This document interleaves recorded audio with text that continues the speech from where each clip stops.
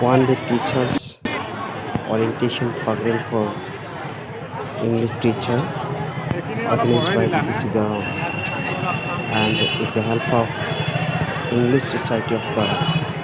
এইটো এটা কুৱেশ্যন, এইটো আমি কোনো কাকো বোকা চতিয়াই নহয়, ক'ত সমস্যাটো আছে সেই কথাটো আমি আলোচনা কৰিব পাৰোঁ। আৰু যে প্ৰাথমিক বিদ্যালয়ৰ শিক্ষকসকলে কাপোৰ পিন্ধিব নজনা অৱস্থাৰ পৰা এক অৰ্থত মাকৰ ভূমিকা গ্ৰহণ কৰি, মাক বাপেকৰ ভূমিকা গ্ৰহণ কৰি স্কুলত ছাত্ৰ ছাত্ৰী পঢ়ুৱাব লাগে। তাৰে ভিতৰত আমাৰ কিছু সংখ্যক স্কুল এনেকুৱা আছে যে তাত নামভৰ্তিৰ কাৰণে এটা ওপৰা লাগে, কিছু সংখ্যক স্কুলত ল'ৰা ছোৱালীৰ অভাৱ, এটা ডিফাৰেঞ্চ চলি আছে। কিয়? আমি যথেষ্ট নতুন মুখৰ নতুন মানুহেৰে নতুন দিনত এটা পাঠ্যক্ৰম আৰম্ভ কৰিছোঁ, আমি এই ক্ষেত্ৰত কিয় পিছ পৰি আছোঁ? এই বিষয়খিনি আমি অলপ মুকলিকৈ আলোচনা কৰিব পাৰোঁ। বিদ্যালয়সমূহৰ পৰিদৰ্শক বা জিলা প্ৰাথমিক শিক্ষা বিষয়াগৰাকীয়ে এই বিষয়ত আগতে আমাৰ লগতো কোনো ধৰণৰ আলোচনা কৰা নাই। আমি এনেধৰণৰ আলোচনাৰ মুখামুখি হোৱা নাই, আমি স্কুল পৰ্যায়ত কাম কৰি আছোঁ।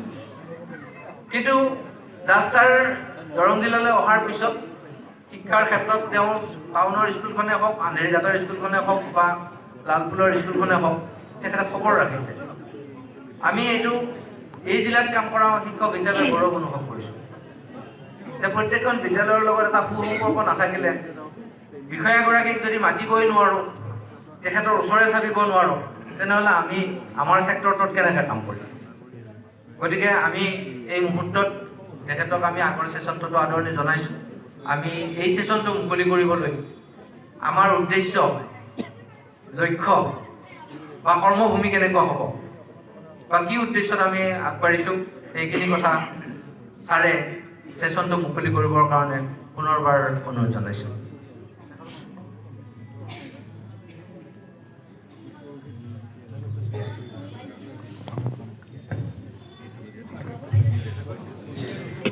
আমাৰ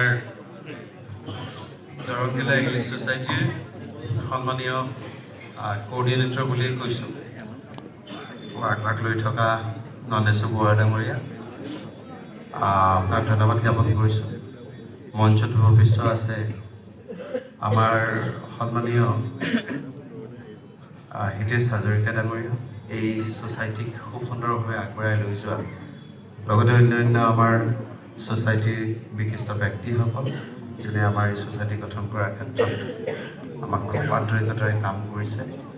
গোটেই ছ'চাইটিৰ আমি সকলো সদস্য দৰং জিলা ইংলিছ ছ'চাইটিৰ মোৰ ফালৰ পৰা শ্ৰদ্ধা জ্ঞাপন কৰিছোঁ, সেৱা জনাইছোঁ। আৰু আমি গৌৰৱান্বিত যে আজি আমাৰ এই ছেকেণ্ড ছেশ্যন আৰম্ভ হৈছে। আপোনালোক কলাইগাঁও শিক্ষা খণ্ডৰ প্ৰাথমিক বিদ্যালয়ৰ মোৰ অতি শ্ৰদ্ধাৰ ছাৰ বাইদেউসকলক আজি আমি এখন মঞ্চত পাইছোঁ, একেলগে পাইছোঁ। সকলোকে মই এই ছেশ্যনলৈ আপোনালোকক স্বাগতম জনাইছোঁ আৰু আপোনালোকক শ্ৰদ্ধা নিবেদন কৰিছোঁ। আচলতে বৰুৱা ডাঙৰীয়াই কথাবোৰ ইয়াৰ আগতেও কৈছে, এইবাৰো কৈছে যে মোৰ বিষয়ে খুব চৰ্চা কৰি থকা হৈছে। একেবাৰে খুব আন্তৰিকতাৰে কৈছোঁ, মই কেতিয়াও চৰ্চাৰ বিষয় হ'ব নোখোজোঁ। মই যদি কওঁ, যদি কিবা অলপ নতুন কিবা চিন্তা কৰিব পাৰিছোঁ, সেইটো ভাল বেয়াটো ৰাইজৰ বিবেচনাত আছে। অকণমান নতুন চিন্তা কৰিছোঁ আৰু এইখিনি চিন্তা আচলতে প্ৰত্যেকজন দায়িত্বত থকা বিষয়াই কৰাটো দৰকাৰ। কেৱল মই মোৰ দায়িত্ব নিষ্ঠা সহকাৰে পালন কৰিবলৈ চেষ্টা কৰিছোঁ। কৰিব পাৰিছোঁ নে পৰা নাই সেইটো আপোনালোকৰ বিচাৰ্যৰ বিষয়, ৰাইজৰ বিচাৰ্যৰ বিষয়, সমাজৰ বিচাৰ্যৰ বিষয়। বৰুৱা ডাঙৰীয়া মোৰ প্ৰতি চাগে নিশ্চিতভাৱে কিবা এটা শ্ৰদ্ধা আছে। তেওঁ ইয়াৰ আগৰ ছেশ্যনতো কৈছে, এইবাৰ কৈছে, কিন্তু মই নাভাবোঁ যে মই খুব বিশেষ এটা কিবা কৰিছোঁ বা বিৰাট কিবা এটা কৰিবৰ কাৰণে মই যেন একেবাৰে দৰং জিলাখন খুব এটা ডাঙৰ এটা পৰ্যায়ত উঠাই থৈ যাম, সেইটো নহয়। ইয়াতে এইটো কথাও সঁচা যে বিভিন্ন স্কুলৰ সন্মানীয় শিক্ষক শিক্ষয়িত্ৰীসকলে নিজৰ নিজৰ দায়িত্ব খুব আন্তৰিকতাৰে, খুব শ্ৰদ্ধা সহকাৰে তেওঁলোকে কৰি আহিছে। ঠিক তেনেধৰণে আমাৰ টেটত পোৱা আমাৰ সন্মানীয় শিক্ষক শিক্ষয়িত্ৰীসকলে 2012 চনৰ পৰা এতিয়ালৈকে তেওঁলোকেও নিজৰ নিজৰ দায়িত্ব আৰু কৰ্তব্য বহুতেই সুচাৰু ৰূপত পালন কৰি আহিছে। এটা প্ৰশ্ন হ'ল, ইমানখিনি হোৱাৰ পিছত, ইমানখিনি কৰি থকাৰ পিছতো আমি যদি ৰিজাল্ট চাবলৈ যাওঁ, আমি ৰিজাল্টেহে ক'ব যে আমি যদি ৰিজাল্ট চাবলৈ যাওঁ, যোৱা বৰ্ষত শিক্ষা বৰ্ষটোত আমি UDAISৰ যিটো ৰিপৰ্ট আমি পাইছোঁ, সেই ৰিপৰ্ট অনুসৰি আপোনালোকক এটা যিটো শিক্ষাবৰ্ষত আচলতে জাষ্ট ষ্টাৰ্টিঙত মই আহিছোঁ, ইতিমধ্যে সেই শিক্ষাবৰ্ষৰ যিটো ৰিজাল্ট, সেই ৰিজাল্টটো আমি এতিয়া গম পাইছোঁ যে যোৱা শিক্ষাবৰ্ষত UDAIS অনুসৰি আমাৰ গভৰ্ণমেণ্ট স্কুলত পঢ়া ছাত্ৰ ছাত্ৰীৰ সংখ্যা যোৱাটো শিক্ষাবৰ্ষতকৈ কমিছে। এইবাৰ কি হয় আমি নাজানো, এই নতুন শিক্ষাবৰ্ষতে কি ৰিফ্লেক্ট কৰে আমি নাজানো। তো এইখিনি কথাই কিন্তু মোক মানসিকভাৱে কষ্ট দিছে, আৰু মই অনুভৱ কৰিছোঁ যে মই মোৰ চকীখনত বহি থকাৰ নৈতিক দায়িত্ব চাগে ক'ৰবাত নহয় ক'ৰবাত নাই।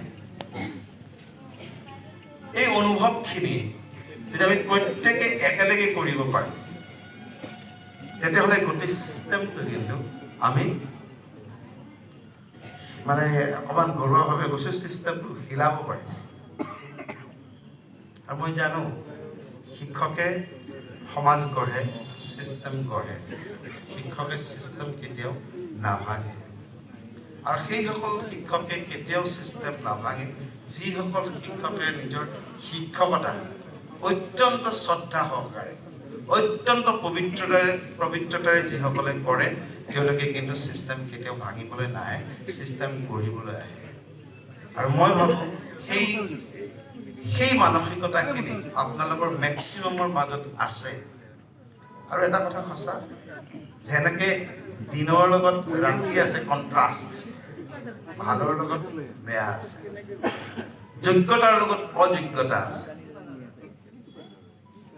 বগা ৰঙৰ লগত কলা ৰং আছে। ঠিক তেনেধৰণে গোটেই বৃত্তিত, গোটেই কাৰবাৰত আচলতে কি আছে, নিগেটিভ কথাবোৰ পজিটিভৰ লগত সদায় থাকিবই।